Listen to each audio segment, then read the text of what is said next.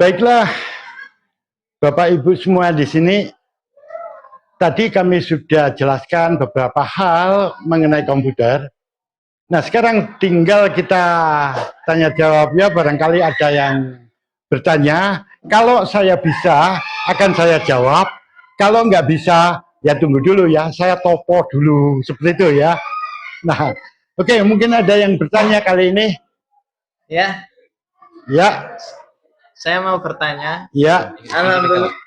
Ya, pakai mic-nya ya. Ya. Saya mau bertanya, yang tadi alhamdulillah dengan penjelasan Eyang itu yang lugat dan juga simpel tapi sangat memahamkan bagi saya. Cumanya ini saya itu ada pertanyaan yang memang perlu Eyang jelaskan tentang apa perbedaan komputer sekarang dengan komputer kuantum itu. Mohon penjelasannya biar saya itu tidak meraba-raba saja. Terima kasih. Ya. Oke, kita jawab dulu aja ya. Nanti pertanyaan yang lain bergantian ya setelah itu. Oke, begini. Anda bilang itu komputer zaman sekarang. Komputer zaman sekarang ini memang yang paling maju ya. Itu banyak ya. Kalau yang untuk dipakai sehari-hari untuk desktop dan laptop itu ada Core i9, Core i7, Core i5, Core 3. Kalau yang AMD itu ada Ryzen dan sebagainya. Banyak sekali. Nah, komputer-komputer ini yang paling canggih sekalipun yang kita pakai ini sekarang ini disebut dengan istilah komputer tradisional atau komputer klasik. Jadi dianggap komputer kuno gitu. Nah, ini ada komputer yang barusan muncul namanya komputer kuantum. Tapi komputer kuantum ini tidak bisa kita gunakan sekarang. Itu adalah komputer masa depan. Mungkin 1 atau 2 dekade ke depan itu akan muncul komputer kuantum. Nah, pertanyaannya di sini, apakah beda komputer sekarang? Nah, itu sejak muncul komputer kuantum yang canggih itu, komputer yang sekarang ini disebut komputer klasik atau komputer tradisional. Apa bedanya? Apakah komputer kuantum ini merupakan penerus dari komputer klasik ini? Teknologinya dia menjadi penerusnya atau perkembangan dari ini? Sama sekali tidak.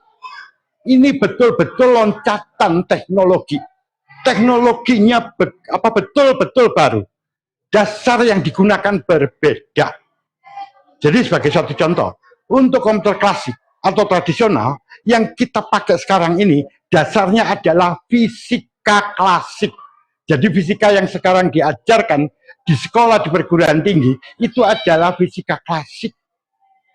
Ya. Sedangkan ini enggak. Yang digunakan dasarnya adalah fisika kuantum. Fisika kuantum itu belum diajarkan di Indonesia. Ke SMK hanya enggak. Kalau perguruan tinggi pun terbatas itu. Masih di perguruan tinggi tertentu.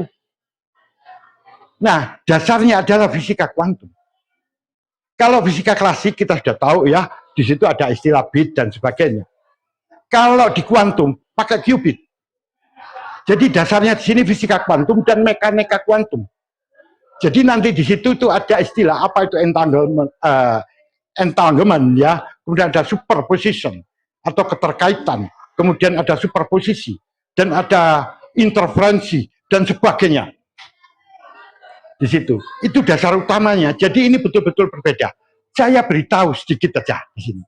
Komputer tercanggih sekarang ini adalah superkomputer yang ukurannya gede sebesar lapangan sepak bola, ya sebesar itu tuh komputernya gedenya, atau sebesar gedung kayak gitu. Itu yang tercanggih saat ini. Dibandingkan dengan komputer kuantum yang ukurannya kecil kayak gitu, jangan bilang bahwa dia kecepatannya 1000 kali lipat. Tidak. Kecepatannya bisa jutaan, miliaran kali lipat. Kalau komputer kita itu mengerjakan satu pekerjaan, mungkin akan membutuhkan waktu, misalnya sampai 100 tahun, baru itu selesai menghitung hitungan itu. Dengan kuantum, hanya hitungan detik atau menit. Dan sekarang, apakah itu sudah ada? Sudah, tapi belum digunakan, dia masih dalam proses pengembangan. Jadi di sini, komputer kuantum betul-betul berbeda dengan komputer klasik, dan ini bukan hanya sebagai penerus, tidak. Ini teknologinya adalah loncatan teknologi. Jadi kalau sudah kita bicara kuantum, kita bicara pada subatom nanti di sana. Jadi lebih canggih lagi. Nah, mungkin itu ya. Ya. Mungkin ada pertanyaan lagi. Oh ya, silakan. Izin bertanya, Abah Eyang apa? Ya. Apakah sama komponennya komputer klasik sama komputer kuantum ini, Pak? Oh ya. Komponennya apa sama dengan apa? Dua-duanya apa sama? Di dalamnya sama apa tidak itu, Pak? Ya. Ya, Namanya makasih. siapa, Pak? Pak Ghazali. Pak Ghazali. Kalau tadi itu Pak. Ya, oke. Sekarang gini. Kalau dijawab apakah komponen penyusunnya, tentu di sini komponen perangkat keras ya. Itu apakah sama? Sama sekali tidak sama. Berbeda sekali. Jadi kalau kita di komputer klasik itu ya, dikenal ada motherboard, ada hard disk, ya, ada prosesor memori utama dan sebagainya. Itu semuanya beda, bentuknya beda, ya, dan tidak sama. Bahkan ada yang nanti ya suatu saat akan saya berikan video-videonya. Itu ada yang bentuknya kayak almari, ada yang bentuknya kayak lampu gantung. Seperti itu. Jadi itu tidak sama. Jadi berbeda sekali. Ya.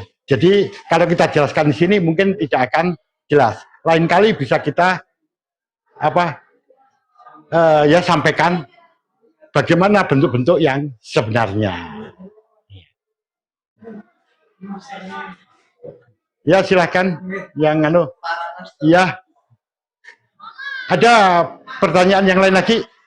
Saya kira nggak ada ya. Kita cukupkan sekian dulu ya. Nanti kita sambung di lain waktu. Ya, sampai jumpa pada pertemuan selanjutnya.